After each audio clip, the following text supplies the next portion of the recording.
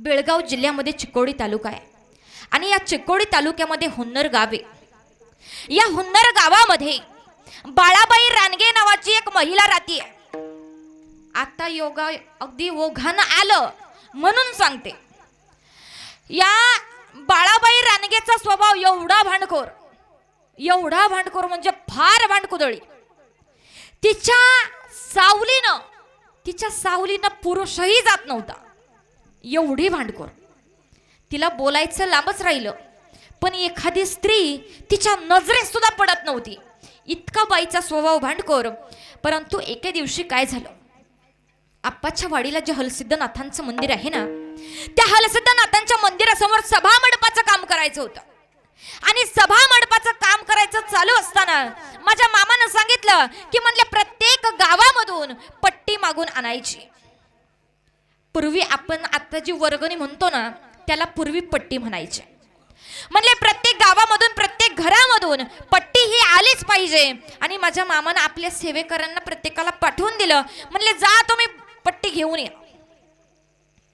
काही लोकांनी लांबूनच त्या बाळाबाई रानगेचं घर दाखवलं, म्हणले बाई फार भांडखोर आहे, म्हणले जाऊ नका तिकडे। ते जे मामांचे सेवक होते त्यांनी बाळाबाईच्या घराला लांबूनच हात जोडले आणि बाळाबाईकडे गेलेच नाही। म्हणले जर आम्ही पट्टी मागायला जावं आणि या बाईनं जर आमच्या बरोबर भांडायला चालू केलं तर म्हणले आमचं काही खरं नाही। माझ्या मामाजवळ ज्यावेळी त्यांनी पट्टी दिली, मामा सर्व जाणत आहेत, मामांना सगळं कळतंय, परंतु तरी सुद्धा माझ्या मामानं विचारलं, म्हणले तुम्ही पट्टी कमी का आणली? या गावामधून पट्टी कमी आली। त्यावेळी नम्रपणे माझ्या मामाचे जे सेवक होते त्यांनी सांगितलं, मामा अहो त्या गावामध्ये बाळाबाई रानगे नावाची एक स्त्री आहे, एक महिला आहे, फार भांडखोर स्वभाव आहे तिचा। आम्ही तिच्याकडे मागायला गेलो नाही, आम्ही लांबूनच तिच्या घराजवळून आलो, पण म्हणले पैसे मागितले नाही, आम्ही पट्टी मागितली नाही। मामा म्हणले अरे तुम्ही मागायची होती ना। सेवकरांनी सांगितलं, मामा आम्ही पट्टी मागायला जाणार नाही। त्यावेळी मामाने सांगितलं, म्हणले मी पट्टी मागायला जातो, मी स्वतः पट्टी मागायला जातो। माझ्या मामानं पायामध्ये जोडे घातले, पायामध्ये चपला घातल्या, हातामध्ये काठी घेतली, खांद्यावरती घोंगडं टाकलं आणि तडतड तिच्या घराच्या दिशेनं चालू लागले। घराच्या दिशेनं जात असताना ज्यावेळी तिच्या घरासमोर माझे मामा पोहोचले आणि त्या बाळाबाई रानगेला आवाज दिला, आवाज देताच बाळाबाई रानगे दारामध्ये आली आणि बाळाबाईला विचारलं, तू हलसिद्धनाथांच्या सभा मंडपात करता पट्टी का दिली नाही?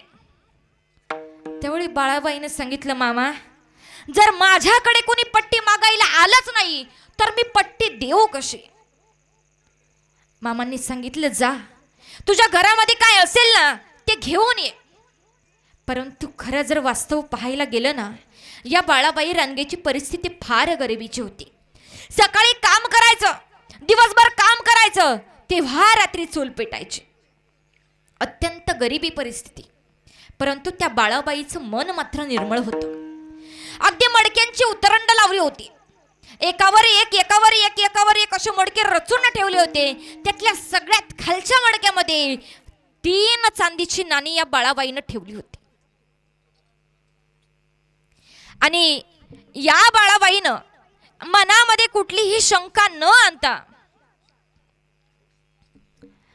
ती 3 चांदीची नाणी काढली आणि पटकन बाहेर येऊन माझ्या मामाच्या हातामध्ये दिली। मामा घरामध्ये जे काही होतं ना, एवढी 3 चांदीची नाणी होती, मामा माझ्याकडे एवढंच आहे। मामानं बाळाबाईचं मन ओळखलं, स्वच्छ असं मन होतं तिचं।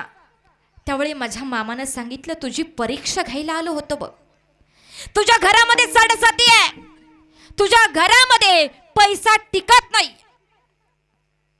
घरामध्ये साडेसाती असं ऐकल्यानंतर बाळाबाई मामाला विचारते, मामा काय करावं लागेल?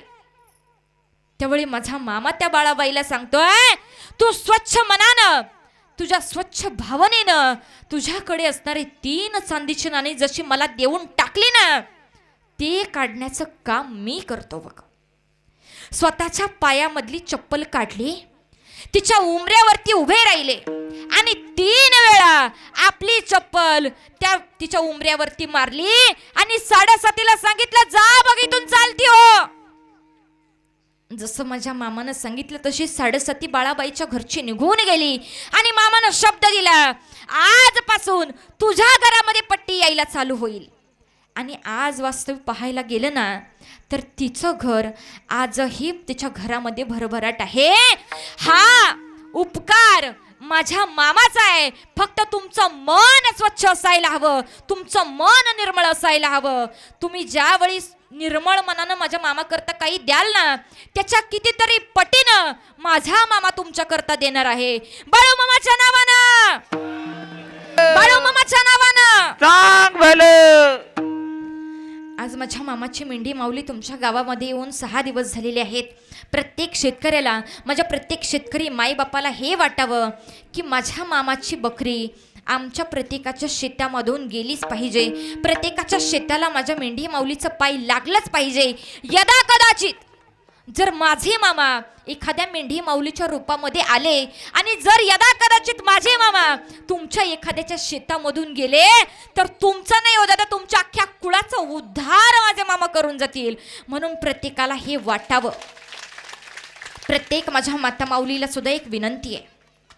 अगदी आयुष्य गेले आपल्या घरच्यांना भाकरी घालता घालता, पण आतापर्यंत एखादीचा सुद्धा मालक म्हणला नसेल की माझ्या बायकोनं माझ्या प्रपंचाकरता फार केलंय. मावशी म्हणलाय का? म्हणलाय का एखादीचा? तो कसा हसायला लागला. पटतंय त्यांना माझं? लक्ष देऊ नाही का? आतापर्यंत घरच्यांना प्रपंचामध्ये भाकरी घालून घालून आतापर्यंत एखादीच्या सुद्धा मालकानं सांगितलं नाही की माझ्या बायकोनं फार केलंय. पण लक्ष देऊ नाही का, जोपर्यंत माझ्या मामांची बग्गा इथं आहे ना तोपर्यंत प्रत्येक माता माऊलीला एक विनंती आहे, सकाळी आणि संध्याकाळी माझ्या मामाच्या मेंढी माऊलीची सेवा करणारे जे मेंढकी बंधू आहेत ना त्यांच्याकरता आपण स्वतः आपल्या हातानं केलेली भाकरी आणि त्याच्यावरती थोडीशी भाजी घेऊन येत चला. का सांगू? यदा कदाचित तुमच्या मनातला भाव जर शुद्ध असेल, तुमचं मन जर निर्मळ असेल, तुमच्या अंतःकरणामध्ये कोणताही मळ नसेल, तर यदा कदाचित माझे मामा तुमचं अंतःकरण पाहून एखाद्या मेंढके बंधूच्या रूपामध्ये जर पंक्तीला बसले आणि तुमच्या हातची जर भाकरी खाल्ली तर तुमचंच नाही तर अख्ख्या कुळाच्या भाकरीची व्यवस्था करून ठेवणारा माझा मामा आहे. म्हणून प्रत्येक स्त्रीनं माझ्या मामाच्या मेंढी माऊलीची सेवा करणारे जे मेंढके बंधू आहेत ना त्यांच्याकरता भाकरी आणण्याची व्यवस्था प्रत्येकीनं करायची आहे.